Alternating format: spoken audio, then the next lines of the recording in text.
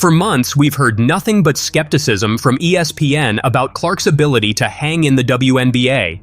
They questioned her shooting, her defense, even her leadership. But now they're falling over themselves to crown her the next big thing. Now, if you've been following the WNBA this season, you know Clark's been making waves. But what's really interesting is how the ESPN narrative around her has shifted. Let's break it down. Aces not looking the way that they were. Asia Wilson is a little bit banged up, while they say it's not serious. And even the Liberty, who are not playing their best despite still winning as well. All right, let's pause here for a second. Did you catch that? They're not just rattling off stats anymore. They're framing it as history. This is a far cry from the skepticism we've seen in the past. Remember when critics were questioning whether Clark's game would translate to the pro level? Well, it seems like those doubts are fading fast. More history. 10 consecutive games now for Caitlin, hitting at least 3 shots from long distance. Longest streak in history. There it is again. History. It's like they can't say it enough. Now, don't get me wrong, these are impressive stats, but the enthusiasm here is palpable. It's almost as if they're trying to make up for lost time. Let's not forget, it wasn't too long ago that some of these same hosts were questioning Clark's ability to maintain her college-level production in the WNBA. From long distance, longest streak in history. She's now the 3rd player in W history to reach 300 assists in a season. The only ones that have done that, Alyssa Thomas, Courtney Vandersloot. More history, more history. But this, to me, is why you should feel good about that dream game.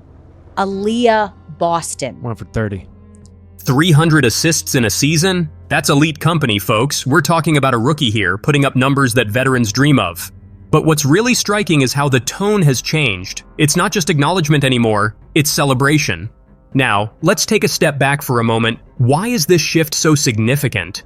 Well, it speaks to a larger issue in sports media. There's often a tendency to be overly critical of highly hyped prospects, almost as if they're expected to fail. Clark came into the league with a lot of expectations, and initially it seemed like some were almost eager to see her stumble. But here's the thing about great players, they force you to change your mind. They make you eat your words. And that's exactly what we're seeing here with Caitlin Clark. As important as Alyssa Smith coming off the bench has been, they need Aaliyah Boston. Now, this clip is interesting for a different reason. They're acknowledging Clark's importance, sure, but they're also highlighting her teammates. This is a more balanced view than we've seen before. It's recognition that while Clark is a star, basketball is still a team sport. This is actually a really important point. Early in the season, there was a lot of focus on Clark as an individual, almost to the exclusion of her teammates. But as the season has progressed, we're seeing a more nuanced discussion. They're talking about how Clark fits into the team, how she elevates her teammates. This is the kind of analysis we should have been seeing from the start. They're in an absolute tailspin right now, especially Angel Reese. She's done for the season. But the Dream are a desperate team, and when people get desperate, they will do anything. They will plow out all of the stops, and that's why we saw the Dream have a lead. See that? They're not just praising individual performances now, but the team's resilience. It's like they've finally decided to give the Fever, and Clark, their due respect. This is a crucial point. Early in the season, there was a lot of talk about how Clark might struggle on a rebuilding team, but what we're seeing now is recognition that she's not just putting up good numbers, she's helping to change the culture of the team. This is the kind of impact that truly special players have. They don't just perform well individually, they make everyone around them better. They help their team overcome adversity. And it seems like the folks at ESPN are finally starting to recognize this about Clark. In place, clicking at the right time, that again, it's not going to surprise me, the Fever winning a first-round series, even if it is against Napheesa Collier, who came on in the second half. Now we're getting to the heart of it. They're not just talking about Clark's individual brilliance anymore. They're talking about her ability to elevate her teammates. This is a complete 180 from the criticism we've heard in the past. Remember early in the season when there were questions about how Clark would mesh with Aaliyah Boston? Some were even suggesting there might be tension between the two stars. But what we're seeing now is recognition that these two aren't competing. They're complementing each other, and Clark's playmaking ability is a big part of that. This is the kind of analysis we should have been getting from the start. Instead of looking for potential conflicts or weaknesses, why weren't we talking about the potential of this pairing? It's a reminder that sometimes media narratives can miss the forest for the trees. Now let's talk about why this matters. It's not just about Caitlin Clark, or even about the Indiana Fever. This shift in narrative speaks to a larger issue in how we talk about sports, especially women's sports. There's often a tendency to be overly critical, to look for flaws rather than potential. We see this especially with highly hyped prospects. It's almost as if there's an eagerness to say, "I told you so," if they struggle. But this approach does a disservice not just to the athletes, but to the fans as well. What we should be doing is providing balanced, thoughtful analysis. Yes, point out areas for improvement, but also recognize potential, celebrate achievements, and provide context. This is especially important in the WNBA, a league that's still growing and deserves nuanced, insightful coverage. The shift we're seeing in how ESPN talks about Caitlin Clark is a step in the right direction, but it also serves as a reminder of how far we still have to go. Why did it take half a season of stellar play to get here? Why weren't we getting this level of analysis from the start? It's also worth noting that this isn't just about Clark. Every player in the WNBA deserves this level of thoughtful coverage. We should be talking about the nuances of their games, their impacts on their teams, their growth and development. This is how we build fan engagement, how we grow the sport. So, while it's great to see ESPN finally giving Clark her due, let's use this as a launching point for better coverage across the board. Let's demand more insightful analysis, more nuanced discussions, more recognition of the incredible talent in this league. And for Caitlin Clark? Well, she's shown that the best way to change narratives is to let your game do the talking. She hasn't just lived up to the hype, she's exceeded it. She's forced even her harshest critics to reevaluate their stance. And in doing so, she's not just changing minds about herself, she's changing how we talk about rookies, about the WNBA, about women's sports in general. As we move forward in this WNBA season, let's keep this in mind. Let's challenge ourselves to provide and demand better coverage. Let's celebrate the incredible talents in this league, not just when they force us to, but from day one. Because players like Caitlin Clark, Aaliyah Boston, and so many others deserve nothing less. The WNBA playoffs are right around the corner, and tensions are higher than ever. Teams are battling it out for those crucial playoff spots, and every game counts. It's in this high-stakes atmosphere that ESPN decided to drop some bombshells about Caitlin Clark and the Indiana Fever. This is what the WNBA standings look like right now. 7 of the top 8 teams have clinched their playoff appearance. Number 8 is still very much up for grabs. The teams that you see 8 through 11 could all end up in that final spot. LA is no longer eligible for the playoffs. Now, before we jump into the juicy details, let's set the scene. As you can see from these standings, the WNBA playoffs are right around the corner, and tensions are higher than ever. Teams are battling it out for those crucial playoff spots, and every game counts. It's in this high-stakes atmosphere that ESPN decided to drop some bombshells about Caitlin Clark and the Indiana Fever. But here's where things get interesting. When you actually listen to what the ESPN analysts are saying, it's like they're reading from a completely different script. Instead of the hate fest we were expecting, we're hearing nothing but praise for Clark and her team. Talk about a plot twist. Well, I think the New York Liberty, y'all, they are in a do or die situation. I think it's their year. I like the way that they are playing. They've got 4 players that are scoring double digits. Sabrina Ionescu is having a fantastic year in terms of taking the next leap in her game. And frankly, due to contracts, if they don't get it done this year, I'm not sure how that's going to go as you look forward in terms of the future of this organization. Let's break down what's really going on here. The ESPN panel, featuring experts like Monica and Carolyn, start off by discussing the current WNBA standings. As you just heard, they're all business talking about which teams have clinched playoff spots and who's still fighting for that last coveted position. But then something unexpected happens. In the bottom half, I think that Indiana is a problem. Yeah. And the way that they are playing as of late, when you look at the numbers of what Caitlin Clark... When asked about the most dangerous team in the lower playoff seeds, Carolyn doesn't hesitate for a second. She points straight to the Indiana Fever, and guess who's at the center of her praise? That's right, Caitlin Clark herself. Now, if ESPN was really hating on Clark, you'd expect them to downplay her abilities or focus on her weaknesses. But that's not what we're hearing at all. Instead, Carolyn goes on a full-blown hype train for Clark and the Fever. Has done her improvement in how she has adjusted to the speed of the game, and her players have gotten used to playing with her. She knows how to lay it out on a dime. She's practically gushing about Clark's improvement since joining the league and how she's adapted to the pro game's speed. But wait, it gets even better. Carolyn starts breaking down Clark's game in detail, and let me tell you, it's nothing short of glowing. Her court vision is impeccable, and now her teammates are ready to catch the ball. They trust she's going to get it where it needs to be. But y'all, the favorite part of my game from Caitlin Clark is this behind the back pass. Come on now. Come on. I love it. Just look at that behind the back pass. Carolyn calls it out specifically, saying how much she loves seeing Clark pull off this flashy yet effective play. Now, if you're like me, you're probably scratching your head at this point. Where's all this supposed hate we were promised? Because all I'm hearing is an ESPN analyst absolutely raving about Caitlin Clark's skills and impact on the game.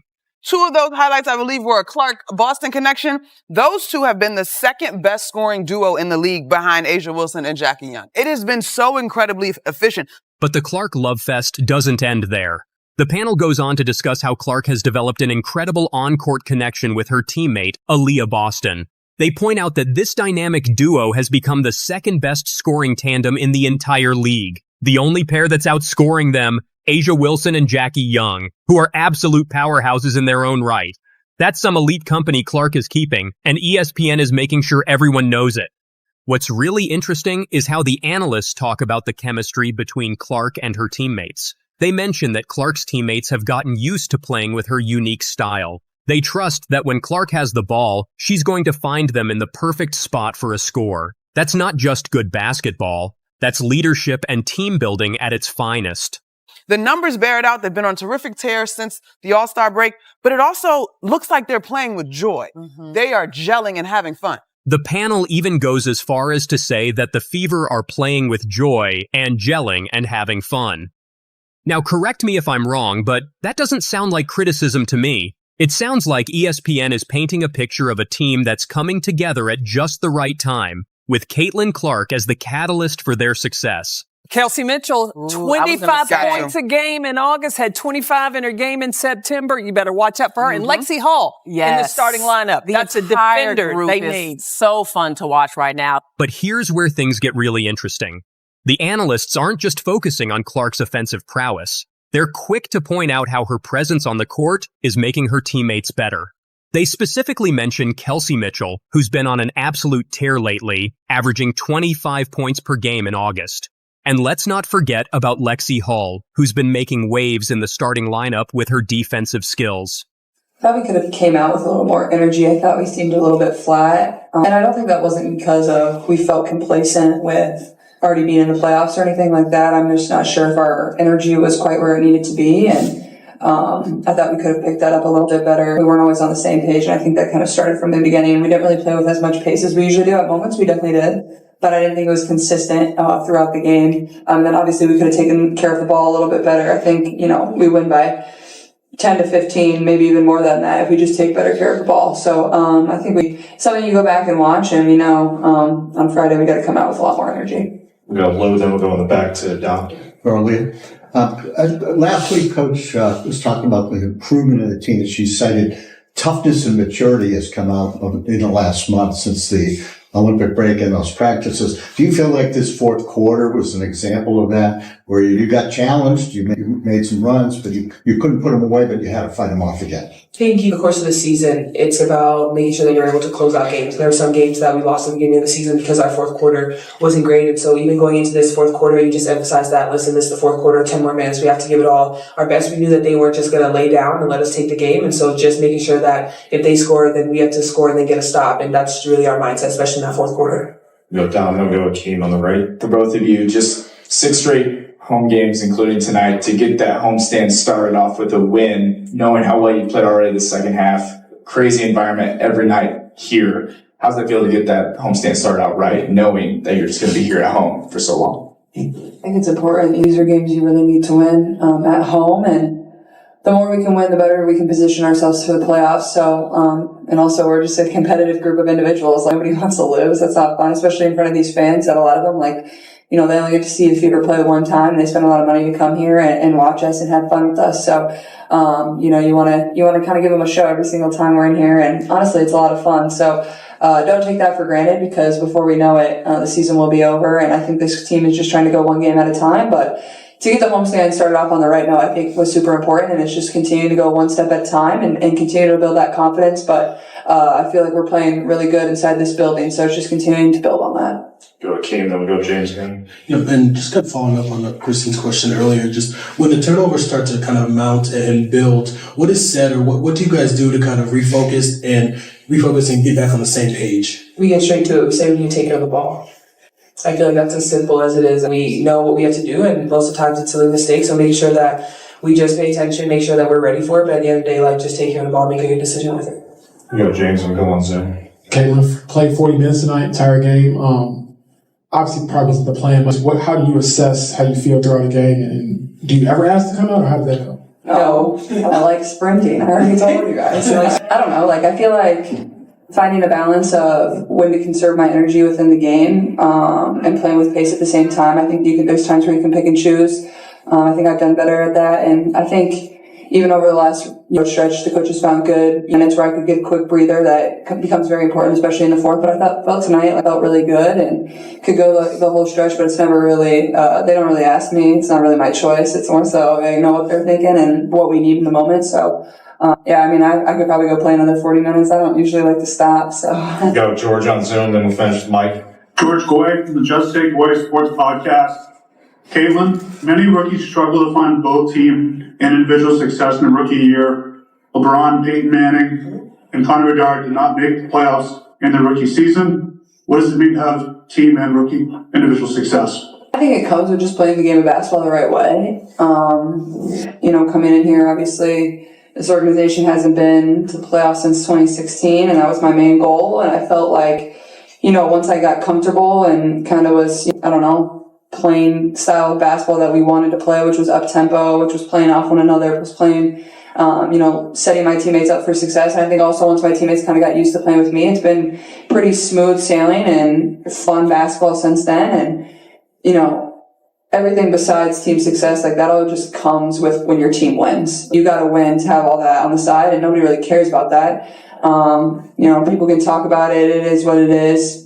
For me, it's fun winning basketball games. It's fun walking off the court and the crowd's going crazy because you just won and you played a good game. So for me, like, that's where my main focus is. And I think when I do that, everything else comes along with it. And I'm just thankful. I feel like I'm surrounded by really good people, really good coaches, really good teammates that allow me to be myself and set me up for success and have a lot of fun playing with me. So I've enjoyed every single second of it. And, you know, I think we're just going to continue to get better.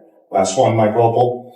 Yeah, thank you. Caitlin, I just want to ask you a little bit about the defensive aspect of your game. Obviously, a lot of your rebounds are going to come on that end. You had 9 of them tonight on the defensive end, and then 3 steals, including that one late. But how much do you feel like you've grown as a defensive player, and how that part of your game you feel like is really coming along?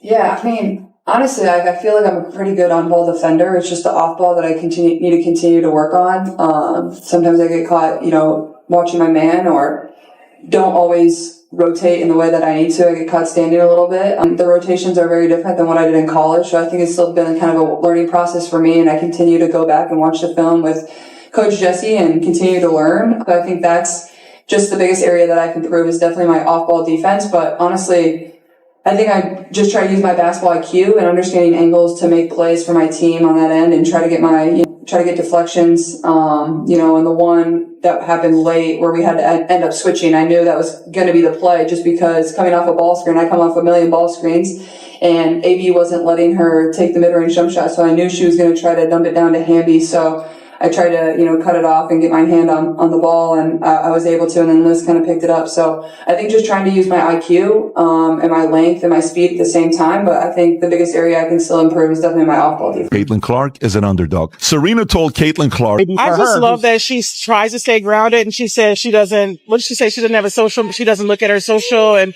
I get it. I don't either. And I think it's so important to just to continue to do what she's doing. And no matter what other people do, then, if people are negative, it's because they can't do what you do. Angel Reese's strategy of padding her stats has become concerning. She keeps increasing her numbers even in games that are already decided and out of reach. This is Angel Reese. Watch this clip. She says the following. Go ahead and play it. She needs a lot of attention. Go ahead. We watching women's basketball. It's not just because of one person. It's because of me too. And I want y'all to realize that. Like, it's not just because of one person. We don't get to say, well, Joe Rogan is number one and we are important too, because that's not how podcasts and competition works. You know who tells you you're good? The flipping market tells you're good. By the way, you know when's the last time I watched a WNBA game? Never. Till today. I've still not watched a WNBA game. Her latest game against the Indiana Fever clearly shows this trend. Despite the Fever having a strong lead, Reese remained on the court, focused on boosting her double-double stats. With the Fever's key players on the sidelines, she made the most of the opportunity by scoring and grabbing rebounds against their substitutes. Angel Reese is playing against Caitlin Clark, okay? They have this big game going on. Neither one of them are the best teams in the league, but she gets fouled, Caitlin Clark does, and this is how Angel Reese, who she became a champion, by the way, in college. I think she won the championship. Caitlin Clark in the championship. Exactly, 2 years ago. However, for whatever reason, the audience likes watching Caitlin more because she's more exciting than Angel. But watch what she says after the way she fouls Caitlin Clark. Go ahead and play this clip. For inside, I think we were playing really hard. I think we went up really strong a lot of times and we didn't get a lot of calls. And going back and looking at the film, I've seen a lot of calls that weren't made. I guess some people got a special whistle. Reese ended the game with 10 points and 11 rebounds, but how she achieved those numbers has raised concerns among fans and analysts. Dwyane Wade openly called her out for padding her stats during meaningless moments of the game, angering those who viewed it as poor sportsmanship. His comments sparked a debate over whether Reese's double-double streak is truly legitimate. At the same time, Caitlin Clark's outstanding performance, leading the Fever to a dominant win with 31 points and 12 assists, has been largely overshadowed by the controversy around Reese's tactics. One thing Caitlin Clark does maybe better than anybody in sports right now makes it about others, makes it about team. Think about it. When's the last time you didn't see Caitlin Clark talking about a teammate? When's the last time you saw Caitlin Clark talking about herself or any of the accomplishments that she has had? Let me give you the answer to that. Never! Never! You never hear that. Now, that's why their team has gotten good. She could have been an egomaniac. Everybody in the league knows that she is the league right now. Instead of focusing on Clark's accomplishments, much of the conversation has turned to Reese's questionable stat padding tactics. As the WNBA season progresses, it's uncertain whether Angel Reese will keep padding her stats in blowout losses, or if she'll take a more sportsmanlike approach and concentrate on helping her team get better. Those Sky are falling off the map in the second half of the season. Why? Well, they got a star, right? Everybody tells me Angel Reese is an absolute star. Look at all the double-doubles. Oh, my God. Well, Angel Reese and the Chicago Sky have made it about Angel Reese, not about the Chicago Sky. Even last night, if you look at it, what they have? Barbie night. We're giving out towels, blah, blah, blah, blah, blah. And when you see Angel Reese, what does she do? She's walking in with look at me outfits. It's about me. When you see Caitlin Clark, what do you see? It's about we. Angel Reese is coming off. Hey, look, won the national championship 1 year, got to the Final Four the next. Really successful career, but like most that come in the WNBA, nobody cared. But Angel Reese is coming in, and she's swimming upstream two ways. One, her team's not very good. Two, she's second fiddle to the little white girl over here, Caitlin Clark. And that pisses her off. On the second half of the season and the second half of this game, the team that was more together was clearly the Indiana Fever, and the Indiana Fever routed. One thing is clear. Her actions have sparked a meaningful conversation about fairness and respect in professional basketball. You wouldn't see the Chicago Sky having Elena intentionally foul just to get more free throw points, or asking Tina Charles to do the same. And you certainly wouldn't find Teresa Weatherspoon leaving a player in just to pad their stats when the game is already decided. Honestly, it gives the Sky an unprofessional image. I think there's some people, first of all, I think it's jealousy. I don't want to get in, there's a lot of articles out there that are using the R word and talking about this. I think it is pure, unadulterated jealousy. And the last clip from Angel Reese, they're watching me too. They're watching me too. It's like she's begging us to believe in her validation. Whereas the numbers, words talk, Angel, numbers scream, and the numbers are screaming that the fans are coming for her. Consider the moment when Aaliyah Boston received a technical foul just before halftime.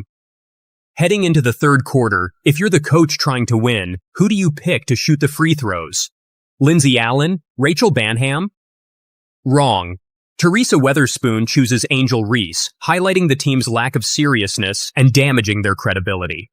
It's no surprise Kalia Copper, Kennedy Carter, Marina Mabry, Dana Evans, and Camila Cardoso are eager to leave. Some players just want to play the game, not chase podcast fame, influencer deals, or acting roles. Should there be a co-rookie of the year? Because Angel Reese is, of course, doing historical things with her double-doubles as a rookie, and Caitlin Clark already has set 1 million records and looks completely unstoppable, especially when it comes to dishing. And it feels like we are both on the same page here. No. Some athletes in the WNBA are there to excel in their game.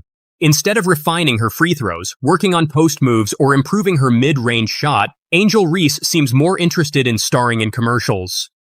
After watching most of the Chicago Sky games and every Indiana Fever matchup, it's clear that Reese's double-doubles aren't contributing much to the team's success or morale. The focus seems to be on ensuring she hits her stats, even if it hurts team chemistry. As Rachel Banham bluntly said in a post-game interview, if getting blown out doesn't motivate you to improve, maybe it's time to take a hard look at ourselves.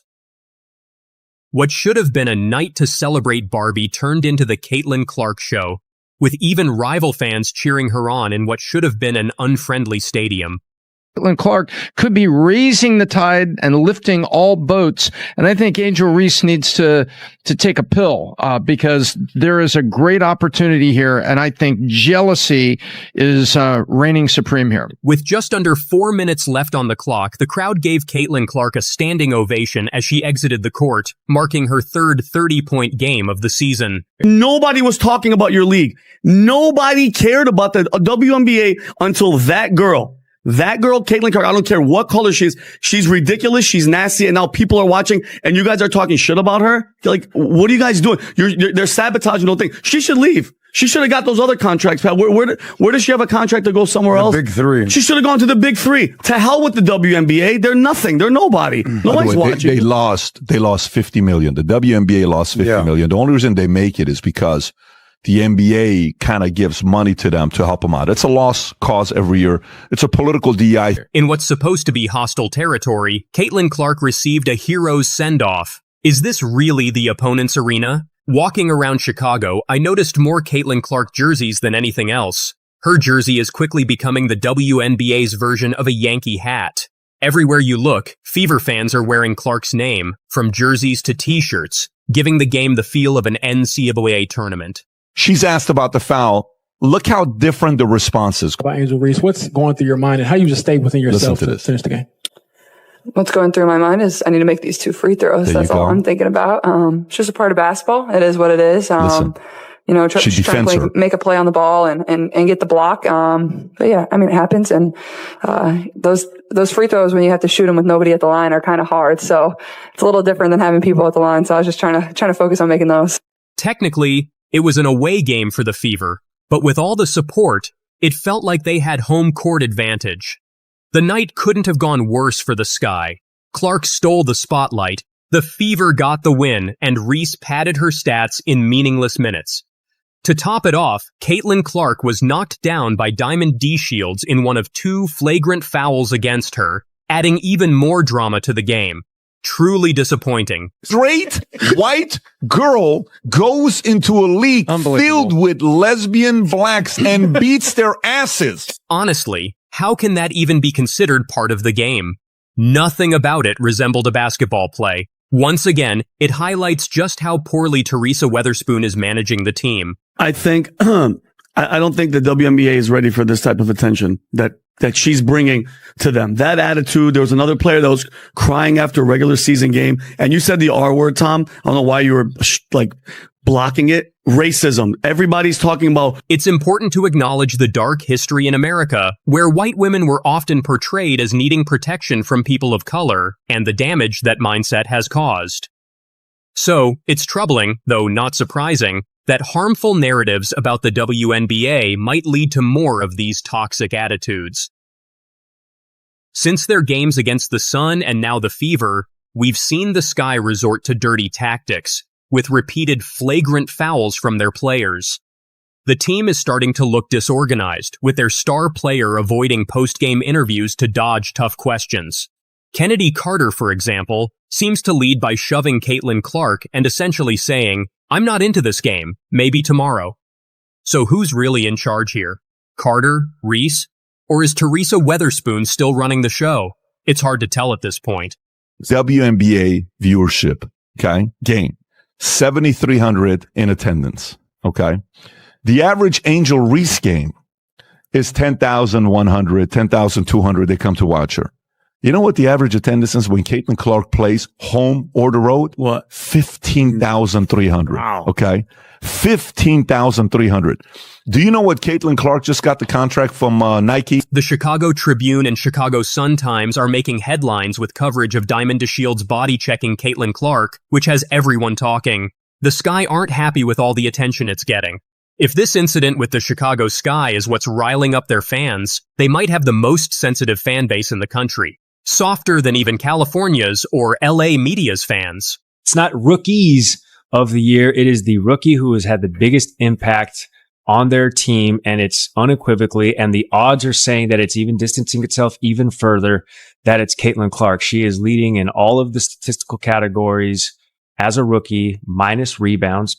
Obviously, Angel Reese is averaging a double-double, but the impact on the team, we are talking again at nauseum about Caitlin Clark leading as a rookie the Fever to the playoffs for the first time since 2016. They are ahead of the Chicago Sky. So I think, to me, if this is even breaching a conversation of splitting this, it might as well be, hey, you're a rookie, here's an award. You're also a rookie, here's just an award for being a rookie. If this is what's upsetting you, you're definitely not ready for real sports coverage. Think about how the media treats athletes like A-Rod, Jeter, Aaron Boone, Jalen Hurts, or A.J. Brown. Remember how they pushed Andy Reid out? Come on, Chicago Sky fans. It's time to toughen up. It's race baiting rhetoric that's adding fuel to a fire. It's like enough with the racist BS. She's nasty. She knows how to ball. Everybody else is jealous. They're pissed off because she's getting this, it's ridiculous. And we're never going to advance as a species. And if he keeps having that type of attitude, it's ridiculous. It's like, what? Everything has to go back to race. Everything has to keep going back to race. She's really good. Let it be that. Everything about her is white, and he's going on these anti-white race things about her and how black personalities would be more successful if they were white. It's unattractive. It's making this victimhood mentality. Maybe if you focused more on winning games instead of padding stats, you'd actually see better results. Instead, you traded your best perimeter player, Kennedy Carter, and Dana Evans wanted out. All because of this obsession with meaningless double-doubles. Now, it seems like Tamika Catchings, Nalissa Smith, Aaliyah Boston, and Dewana Bonner decided, let's end this Rookie of the Year talk today. They locked down on defense, leaving no room for competition, and that's exactly what they did. Game over, settled, shipped off.